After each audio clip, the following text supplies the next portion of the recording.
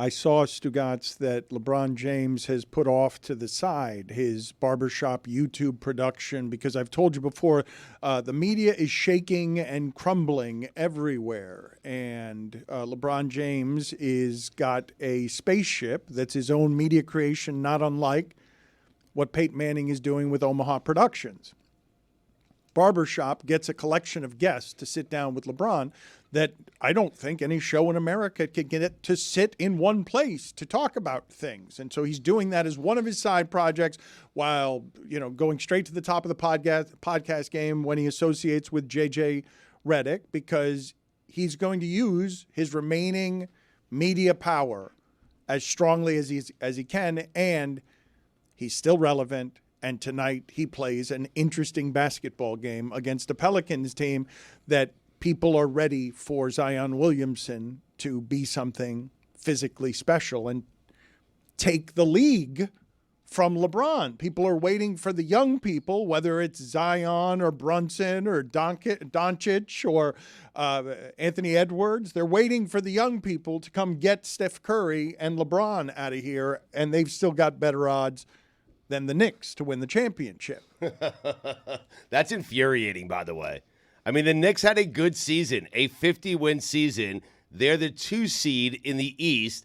Really, the only good team in the East is the Boston Celtics, and no one believes in the New York Knickerbockers. It drives me crazy. Greeny said that the Lakers should lose tonight on purpose, sit Anthony Davis and LeBron James just to avoid having to play the Nuggets in the first round, and then leave it up to chance against potentially Steph Curry and the Golden State Warriors on Friday night. Wow. I would. You would? Yeah. Oh, yeah, I'd tank it. Really? You'd lose on purpose. Yeah.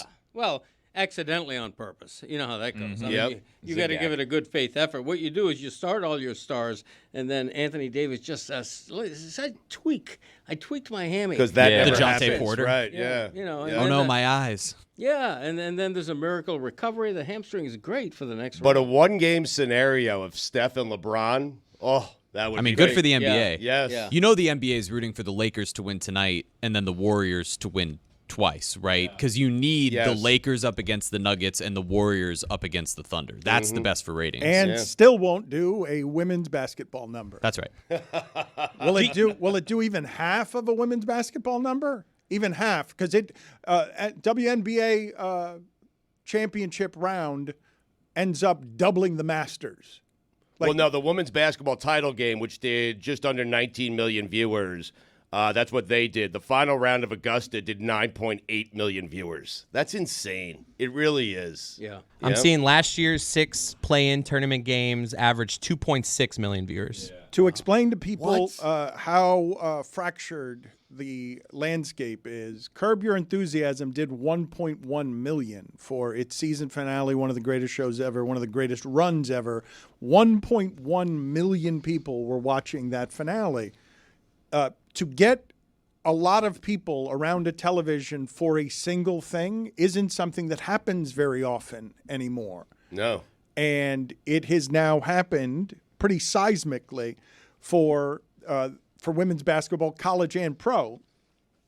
But the thing that I wanted to bring up with Greg Cote here, because he came in with some road rage and he just took out Samson. And I feel like the group here is not supportive of the David Samson endeavor, and that there has been some mockery in the shadows of David Samson touring. I can't believe he's touring the country. I mean, you just mocked him with that sentence. I just can't. I know. I think it's brave. I laugh when I'm saying it because of how ridiculous it is.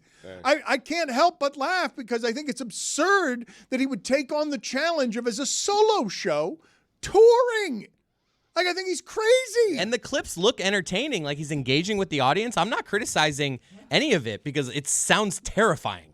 At wineries, he's got an alliance with City Winery. And may I say, just as a gratuitous plug, if you don't mind, on the latest Greg Cote Show podcast out now, we sent special correspondent Yeti Blanc to Atlanta to cover Wow. David Samson spy. That's live support. show Love it. from City Winery. So Yes. hear all about that on my podcast. I'm not Pablo Torre. I don't unearth great artifacts, but No, you are. You are the great Thank artifact. you. Every week, every Monday morning, dropping at 7 unlike a.m. Pablo Torre, who has to rummage around in your garage to get the artifacts. Right here, this show is hosted by one, ladies and gentlemen. A living artifact. We don't have to search far. I mean, I want that to be my new nickname, It living no, artifact. it should be. The first name, Art. Yeah, Second name, artifact. Effect. I like it. Because Thank you have been mocking this. You just mocked it. No. You came in with road rage. What do you mean, You're talking no? about the Vineyard or Arbiters Hall of Fame? Both. Both. Yeah, somewhat. You've got your It's not friends. a vineyard. It's a winery. Okay, winery, whatever. Okay, winery, vineyard. I mean, I feel like he's okay there. He's Vineyard, he's whatever. playing It's not the same vineyards. thing. David Yeah. Samson Pretty is different. David Samson is playing vineyards. that's right. He's stomping grapes while he does his show. That's pretty interesting. That to would watch. jello. Remember that episode of I Love Lucy where they were stomping grapes, Greg? Yes, I do. Good one. Oh, that was fantastic. Which was your favorite I Love Lucy? That one, Vitamita Vegemin, or was it the one with the conveyor belt? The conveyor belt. Classic That's what I episode, was Stan. thinking of. Yeah, the Remember conveyor that? belt. Oh, Desi yeah. Arnaz really put Cubans on the map, did he Yeah. not? You know what? We got to bring back black and white TV. I agree with you. I mean, it's so perfect for certain shows, certain scenes. Ah, that's classic living artifact. I mean, great. Yeah, thank Good job, Art. I appreciate you, Billy, throwing it into my wheelhouse. Old Cuban powerhouse Desi Arnaz, who, Yeah. yes, Yeah, was yeah. built, Tropicana Club, built baby. the original Hollywood Mama Lou. off of Lucille Ball. Built studios. I saw a documentary on them the other day that I couldn't believe how powerful they became as a Hollywood couple. So thank you for throwing that in my lap, as well as the Grape Lady, because this is one of our original Hall of Fame sounds. Somebody on live morning television crushing grapes with her bare feet and then falling on the ground and harming herself. Vineyard tours, seminars, arts and crafts. It's a lot of fun, a whole day. Stop. Oh, oh. Oh, oh, oh, oh, oh, oh, I can't. Ow, ow, ow, oh, stop, oh, stop. Oh, oh, oh, oh, oh, I can't breathe. Stop. Oh, no. Oh, boy, dear. I think she's actually hurt. No, I there. think she is. Yeah, she's Ouch. hurt. She took a hard fall. Sounded like off she was there. faking it. She was not. She was not. She broke ribs. The last time this came up, somebody again accused her of faking it. No, clearly not. Oh, it was my dad, and then Jess made the joke. You know what it's like to hear a woman faking it. I don't Oh want yeah, to. that was a good one. Literally last week. You don't Last remember? week. It was Yeah. last It was week. good. It was great. Good line by Jess. Congrats. And then if you you're were like, listening. "I'm married, Jess. Of course I know what Oh that yeah, sounds right. like." Yeah, that was good. remember? Yeah. Good Oh episode, yeah. my God, LA? Greg would love to do an episode where he just gets misty and nostalgic about the last episode he did. It's his wheelhouse, critiquing his own art. Right. Artifact. I'm a busy man. You know, I do them. I do an episode. They recede in the rear view. I'm on to different projects, all kind of things percolating, going on, left, right, and center. Traveling the country, coast Damn to right. coast. Yeah, coast to We'll coast. get to baby. what he was doing in L.A. God, I can't wait to talk about that. Greg Cote hitting Hollywood to do Jimmy Buffett. We will Hollywood. talk. He's right. You got to say it like that. Hollywood. You The do, Hollywood Dan. Bowl. Yeah. What a venue. We'll get to it in a second. Great venue. Spectacular. Oh, Yes. my God. Love Greg, it. I want you to guess. I'm going to play some sound for you here. Close your eyes because I think they might accompany it with video right now. But just close your eyes and listen to this sound and tell me what you think this sound is. Let's play it for him again. It? Sounded like a rhinoceros being impaled by another rhinoceros. That's my guess. That is exactly right. Thank you. It's Mike Tyson sprinting. What? That is what Jake Paul wants to fight. That's It terrifying. sounds like that, even though it's 57. This is what roils in the soul of Mike Tyson. Wow. The devil? Seriously. Like a bulldog, man. They're going to fill a 90,000 seat stadium for that fight? Yes. I think Jake Paul is going to fight that. I don't think that wise. People think it's going to be sad, and maybe Mike Tyson only has 90 seconds, but if the 90 seconds is that, he's doomed. I think that's bad. 90 seconds of that? The ravenous greed, anger, hunger of Mike Tyson. The thing that's hard for me, and I believe Mike Tyson is a betting underdog, the thing that is very hard for me is I remember Mike Tyson's last fights at 40. He didn't want to fight anymore. He was fighting because he needed the money for the taxes, and he was terrible and slow against other professional fighters who were not 27. 28 or whatever Jake Paul is. So people think it's going to be sad, but I think it's going to be this. And so if I tell you this is Jake Paul's face being eaten. Sounds like it's thrown in an old pickup truck. But I want to believe that Mike Tyson, it does. This is the thing. Mike Tyson makes me believe in the power of old people.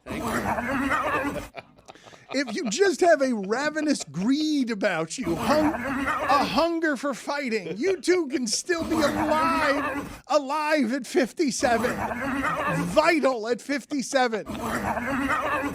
Are those human words underneath that garble? Come on, start! I gotta get to work. It is so much less menacing when you just make it an old truck. It does. That's a good call, though. It needs to be raised. You're right. It's got to be Mike Tyson mythology. If I'm just trying to turn a key over on it. Roy's right, though. I would like to celebrate when we talk here about artifacts and we talk about things in sports that are going to be of a time that I'm not totally sure are going to pass on to another age or generation of people who are going to have respect for artifacts from the past. John Sterling, Yankee broadcasting legend, has been broadcasting for 60 years and yesterday retired abruptly, effective immediately. And people worried for his health. And John Sterling was like, nope, just tired. Just the baseball season is insane. I saw that we had a Toronto game on the schedule. I'm older, and there are some old-timey baseball guys. Felo Ramirez down here was into his 90s traveling with the baseball team. The baseball schedule is an insanity. And John Sterling is a bona fide legend when you broadcast that long, Stugotz, but it's not in the perfectly pristine broadcasting case where Vin Scully exists. No. From a bygone age, Ernie Harwell, old-time broadcaster who raises your granddad, your dad, and you on baseball on the radio when people wore, top hats to the game and suits because baseball is our most historic sport. Vin Scully dies and he takes that with him. John Sterling retires at the beginning of a Yankee season when they're in first place. He's seen a lot of bad baseball, Stugotz. He's called over 5,000 Yankee games. And he has done some funny things that are mistakes that would happen to anybody who's broadcasting for 3.5 hours a game, every game, and is on game 120 and is 77 years old, and the Yankees are in fourth place. And this is Dante Bichette's kid that's playing for the Blue Jays, and you're mixing up his name, and because you're old, let's celebrate John Sterling correctly as somebody who was a legend, is a legend, and was humanly a broadcasting voice for a time, a place, and a team. And the pitch hit in the air to deep left. It is high. It is far. It is gone. It's a grand slam. Non dimenticar. That ball sure traveled far. Giancarlo. Gio Urshela, the most happy fella. Oh, he's the most happy fella. Over the high wall and into the monster seats. Romy, my homie. There's a drive deep left center field. It is high. It is far. It is gone. It's Glaber Day. Glaber Torres powered one into the last row of the monster seats in left center. And like a good Glaber, Torres is there. Here is Judge. Here's the 2-2.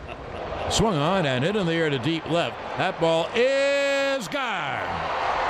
A Judgian blast. All rise. Here comes the Judge. And here's the 2-1 to Gardner. Swung on, hit in the air to deep right. That ball is high, it is far, it is gone. Oh, let the Gardy party begin. And they're on their feet. The pitch swung on, hit high in the air, deep down the left field line. It is going to be gone. He's done it.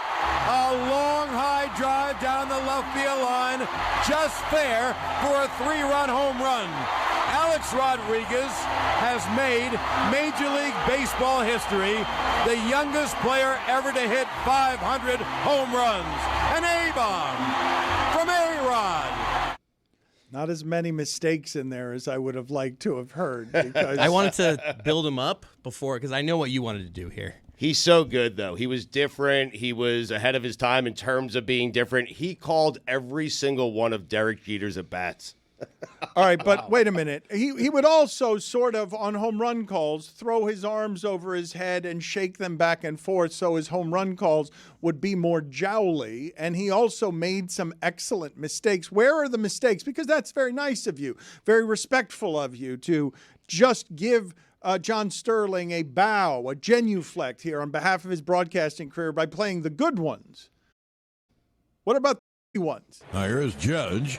Man, the breaking ball is hit in the air to deep left. That ball is high. It is far. It is gone. Unfortunately, that was a replay of the home run, but it was a good replay. Please tell me you have more of those because there are many. Here's the 1-0. Swung on, there it goes. Deep left center. That ball is high. It is far. It is gone. But caught. At the wall, caught by Tapia. Oh. Boy, I thought that was gone. Apparently. Oh. Wow. Give me one more. Tanaka, the sun will shine. Anyway, Tanaka pitches a complete game shutout. What the hell was that? All right, now we have one more mistake one. Hit it. Swung on. There it goes. Deep left, it is high. It is far. It is gone. Number 62 to set the new American League record. Aaron Judge hits his 62nd. All the Yankees out of the dugout to greet him. Just think of it. 3 Yankee right fielders. The Babe hitting 60 and 27. The Jolly Roger hitting 61 and 61. And now Aaron Judge hits his 62nd home run, the most home runs any American leaguer has hit in a single season. And the American League has been alive for 120 years. This is Judgment Day. Case closed. Now we did all that. Can we just play him getting hit with a foul ball? Because I feel like that's what all this was for. It's my favorite clip in probably the history of baseball. And now the 3-2 swung on, a pop foul back here. Ow! Ow! Ow! It really hit me. I didn't know it was coming back that far. So once again, it'll be a 3-2. And Holmes ready to deal. A ground ball to third. Donaldson squares, throws to first in time. Ball game over. Yankees win. The Yankees win. That foul ball actually hit me. It kind of glanced off my forehead. So I took one for the team. Okay, John. He stayed in the booth. I mean, he finished it out. Yes, he did. Chris Cote, I heard Susie Waldman at the end of that. Can you just find us the legendary sound of her getting so excited when Roger Clemens returned and was in a suite so that I can remember a different time in my life and in Yankee baseball history? John Sterling called 30% of all Yankee games ever played. Wow. I mean, It's a lot of games. Do you think the TikTok generation is going to have any understanding of a radio broadcaster mattering to a region on behalf of a team? Like that, this ends with this crop of broadcasters, right? Where somebody is handed down, that the sport is handed down to you as a child from a parent or grandparent who was also listening to this person locally in the car as you grew up. That dies with this crop of broadcasters, right? Yeah. Are you including like Eric Reed with this crop of broadcasters? Boog. I'm talking about a radio baseball broadcaster, somebody who exists. Okay. Most people listening to this have no idea what John Sterling looks like. He is not a televised product. He is somebody who has existed in the traveling circus of the baseball economy, going from place to place to broadcast on radio something to people back home who cannot see it. That voice gets ingrained in a region, a people, gets passed down to families. And what I'm asking you is, does it die now? Because it's a very specific thing. It's not, look, man, Vern Lundquist got a real nice send-off at the Masters. Most broadcasters aren't going to get that. Hey, we really appreciated you. You were good about a time, about a craft, and what you mean to me is something you mean to me and my family. I can say Vern Lundquist, I can say John Sterling, and it means something. I do have a few local broadcasters. When you mention Eric Reed, he televised broadcasts since the very beginning. Yes. He will be such a broadcaster locally. But there is, I don't think, anything like the regional baseball announcer who does it from your grandparents' age, who grandfathers in Joe Buck as a broadcaster. You still have Bob Uecker doing it. I mean, you do. Yeah, you do. Yeah. But he's of that generation. Radio, television. Yes, Bob Uecker. Oh, no, I'm sorry. I don't mean to say that John Sterling is the last of them. I'm just saying that these guys, that there will never be anything like this again. What I'm talking about, the specific sports connection that's going to get lost, because who the hell is going to listen to tinny games on the radio? Well, the young people will get old, and then there'll be the old people. And There's we'll always have going the to be old TikTokers people. to pass down.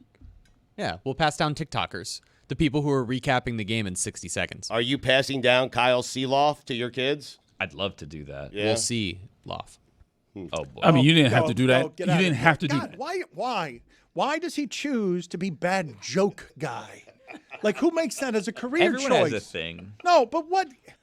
It's not fun. He's aggressively not funny. It worked for me. Aggressively not funny. The living artifact. That's right.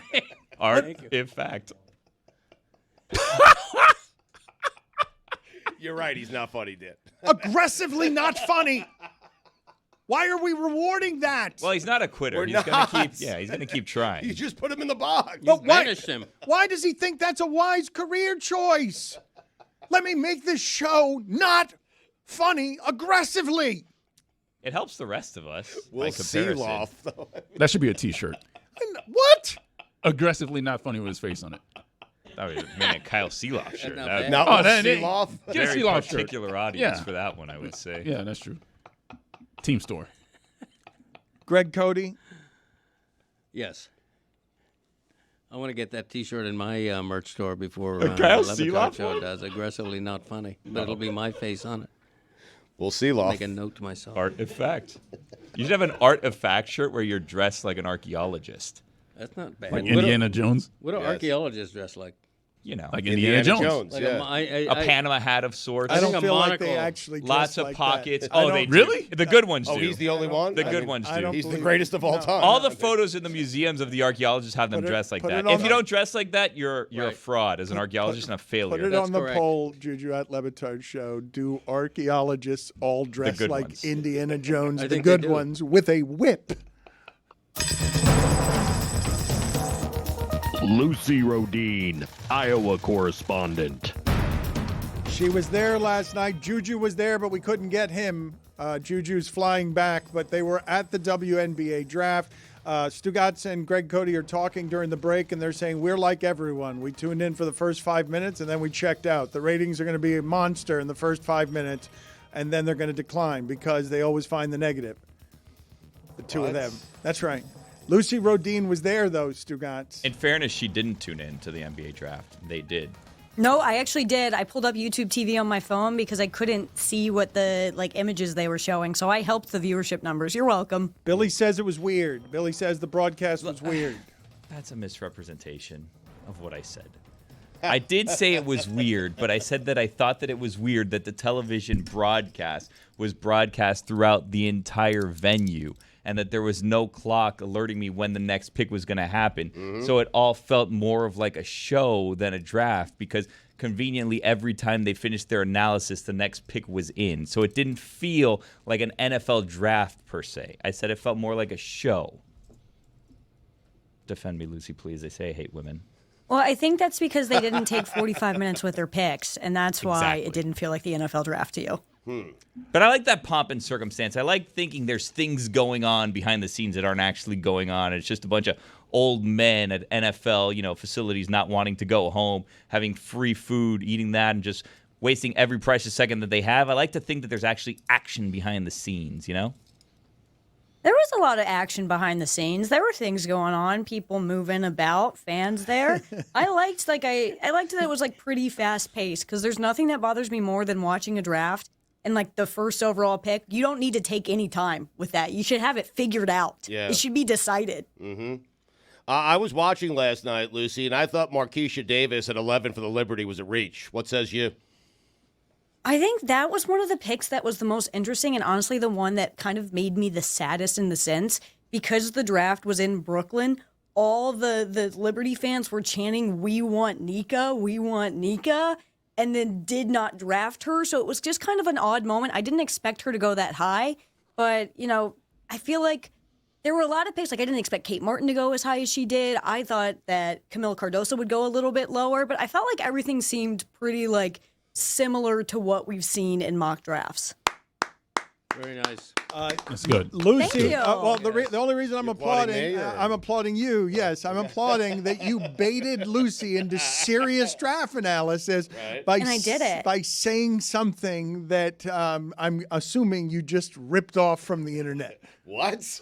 I'm assuming you don't have any. You watched the entire Yeah. first round. I'm telling you, Lila Lacan, the point guard from France, she's fantastic. She might turn out to be better than Caitlyn Clark. How about that? Lucy, what were the highlights from last night, and what will Juju and you be returning with? The highlights, I think, the fashion was really, really cool, and that's always my favorite part of events like this. Everyone looked so good. Angel Reese literally looked like a goddess. I just love seeing all these athletes dressed up with all their makeup on, their hair done. It was cool to see a sold out crowd and fans. The setup was kind of odd, but to have fans outside waiting for the buses to come and have the players come out, it was really cool.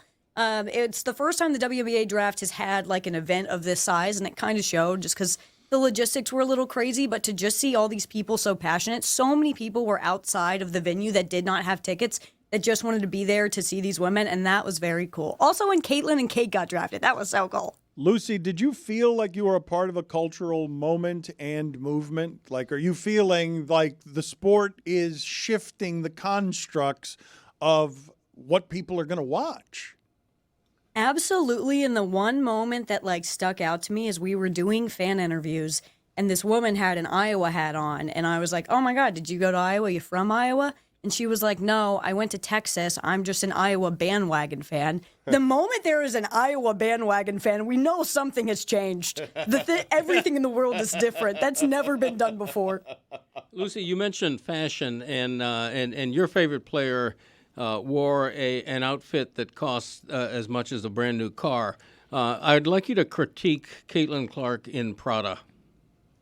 Caitlyn Clark wearing Prada, that was the first time Prada had ever dressed anyone for a draft. NBA, WNBA. I thought she looked phenomenal. I thought, hey, she's got money now, spend it. She probably didn't spend anything. Prada wanted to dress her. She looked beautiful. All the women looked so good. She looked very cool. I love the glasses. What do you make of some of the numbers around the salaries, Lucy, and just the history? We were talking a little bit about earlier in the show about what a struggle it has been for the WNBA to get to this point through Brittany Griner having to go through Russian hell because the salaries aren't right in this sport. Can you take me through the economics of how it is Caitlyn Clark could make $76,000 in her rookie deal the first year, and people would look at that and point out that she would qualify for low-income housing in San Francisco based just on salary? When you see the tweet and you see the numbers mapped out, it's so disheartening to see. But this is not anything that's new. I think that now more people are paying attention to the W. They're realizing, wow, like they're not making money here. I think the thing that's important to note, especially with this draft class coming in, this is the most talked about draft class pretty much ever, especially in name recognition. So the NIL endorsements that these athletes had are not going to leave now that they are not in college. So Caitlyn, Angel, Camilla, they'll still make money in the WNBA outside of their actual salary. But I think something that's important to notice is now people, they're seeing how low the salaries are. They're watching the draft. They're watching these games. You had at one point 24 million people watching the national championship game. The way salaries rise, the way that things improve for the WNBA, you can charter flights and you have more resources, is by negotiating a higher TV deal, and that is what's in the future for them. Well, that's where we are right now, though. This is the part that I want out in front of the lights, Stugotz, because when you talk about everyone in sports just sort of being at this oil well, being, wait a minute, holy shit. At the exact perfect time of the streaming wars need these live sports content, you have birthed in front of us yesterday. They've got a made-for-television event all of a sudden that people care about because it's a night, it's a party, it's fashion, it's the league celebrating itself. Were you emotional at any point in the middle of this, Lucy? Because I don't know if that can happen to you at a gala as well. It can. You're gonna be so disappointed I didn't cry. I did not cry. I know. I don't know what it was. I did not cry. If Caitlyn had cried, I would have cried, but she did not cry, so I held it together. There was always there was emotions in the sense of like every once in a while when we go, especially to these women's sporting events, like I will just sit there and it always hit me for a second that like all of these people are here supporting women, which is not something unfortunately that we see very often and like especially like I love seeing women support women, and that's what we should do, and that's awesome. But when you see a man, like, wearing a Liberty jersey, like, that just makes you feel so good to see so much outward support for women. So I did not cry. I did feel all of the emotions. And honestly, me not crying, I'm shocked. I don't know. I should probably go to a doctor or something. Well, what do you make of the conversation, though, around Caitlyn Clark, where it appears that when you talk about women supporting women, you get some critiques of her that people are viewing as overly harsh on her prospects. So explain to me or walk me through the conversation happening around Caitlyn Clark, where even though she's been graceful at every turn, people will point out, hey, the sport was something that had really special players before you got here. The sport had very, very special players before Caitlyn got here. I think that the whole, like, wow, these WNBA alum are, like just talking crap about Caitlyn. I don't think that's an accurate statement.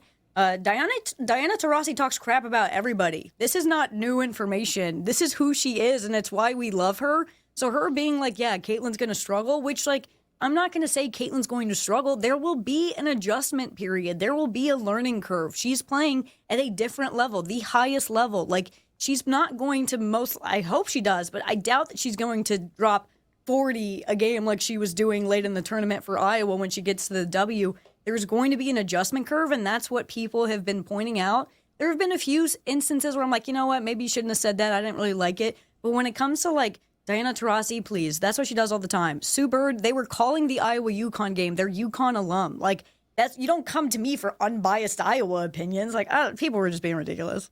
Lucy, I'm jumping in. I'm becoming a fan of the WNBA this season. I need a team.